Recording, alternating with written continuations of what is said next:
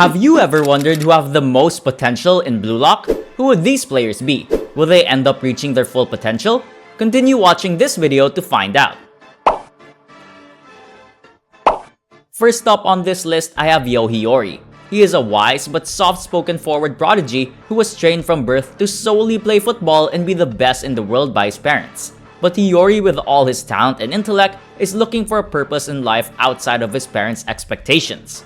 With his parents being professionals but never making it to the very top, it is up to Hiori to make their wishes come true. Hiori is a midfielder who specializes in ball skills such as passing rather than defensive skills like tackling, but he does have the vision to be able to help out on defense.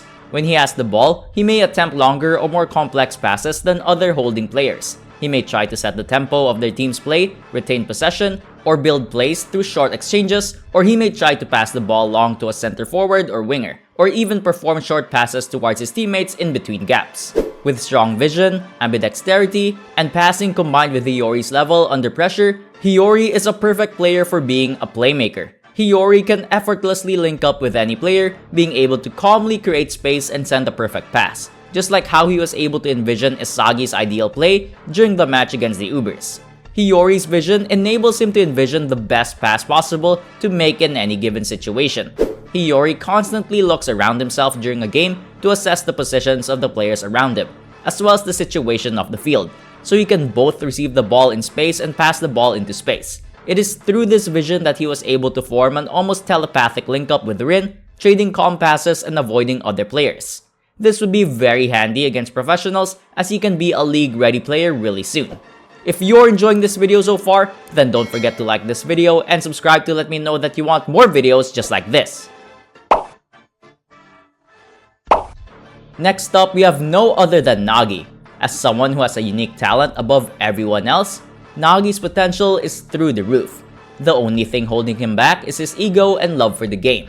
Despite all of this, Nagi shows that he can become motivated if he's actually challenged. Upon entering bluelock, he encounters players who get him invested in the game to the point that he's willing to make strategies of his own and go against Ryo, who he otherwise obeys, just so he can do as little thinking as possible. With Nagi's perfect ball control, flexible movements, and technical ability, he is able to breathe life into even the most difficult or hopeless place. He alone has made the most outrageous goals in bluelock due to this skill, and he continues to evolve into a creative playmaker.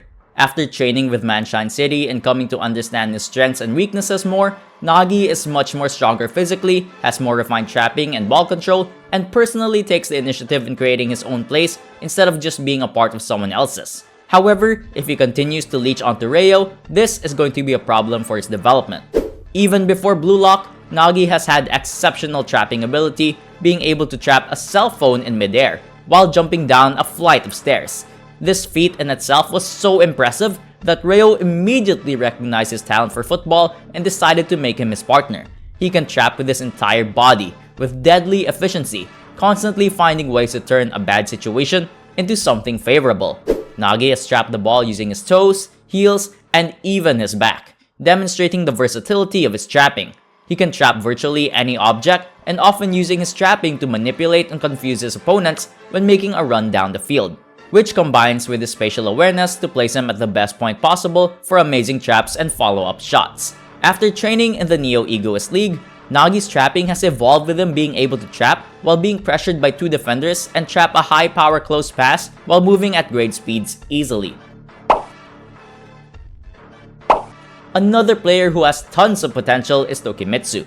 Despite his muscular build, Tokimitsu suffers from a distinct lack of self-confidence, leading to moments of anxiety when he is required to perform. However, his anxiety seems to lessen when he is in position to score a goal. He is also a football facts nerd, being able to provide facts and information about a whole range of different footballers. This concept alone should be used as an advantage when put into a head-to-head situation against certain players. His high degree of physical strength is a huge advantage for him, especially during the earlier stages of bluelock.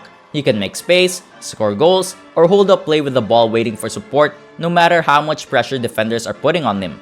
He can specialize in taking and controlling the ball in the air or along the ground, often from long passes, and uses strength to hold off defenders when receiving long passes. Tokimitsu is also known for his extraordinary quickness, both with and without the ball at his feet. By using his physical strength, Tokimitsu can make quick and sharp turns while running in order to change direction at a rapid pace. It is this quickness that allowed him to continuously hound Bachira until he had stolen the ball. Despite the latter's skill and the fact that he had reacted late, another notable weapon Tokimitsu has is his unlimited stamina. During a high-level match, whereas most players would sooner or later begin to feel the burn of the endgame, Tokimitsu is an exception in that. His stamina allows him to continue to operate at almost full capacity. It was during the second selection where Rin took advantage of this weapon to break through the white team's formation, with Tokimitsu only being stopped by desperate and illegal tackles from both Chigiri and Baro. And of course, we can't forget the main character in Isagi. As someone who is constantly developing with his mental game, he can climb towards the top when he eventually evolves physically as well. Right now, he is going head-to-head against the New Gen 11, which is a huge improvement 5 matches prior. After the beginning of the Neo Egoist League, Isagi's ego is much more noticeable than before. Who knows what his ego will look like in the match against PXG to reach number 1 and overtake Rin. Do you guys think Isagi will end up becoming the number 1 player of bluelock while losing to PXG? Isagi creates ideal plays and chance opportunities by using his spatial awareness to view the field as a whole and the players on it. With this understanding of all the players, he uses his off-ball movements to occupy empty spaces or create dangerous ones to form ideal plays for his teammates, chance opportunities using his teammates, and to score high-level goals for himself. Mixed with his reflex and enhanced vision, Isagi is able to create plays only possible for himself. His adaptability is what really makes him a good player as long as he is on the field. It's like he just gets better and better the longer he stays on the field. Next up, we have Ryo Mikage. Capable of playing any role that his team needs, Ryo is incredibly versatile, able to cover ground, create for his teammates, as he used his own meta vision to deliver a pinpoint pass to Nagi, score using techniques adopted from his teammates such as Yukimiya's gyro shot, and defend the opposition's biggest threat. Ryo is full of capable of doing it all for his team, no matter what they need. After playing the Japan U20 and training with England's Manchester City, Ryo has incorporated all the skills he has learned from the positions he has played into a singular style that make him a strong and variable player who can start and finish off any kind of play. His chameleon ability that allows him to copy abilities almost perfectly allows him to be this versatile and strong at the same time.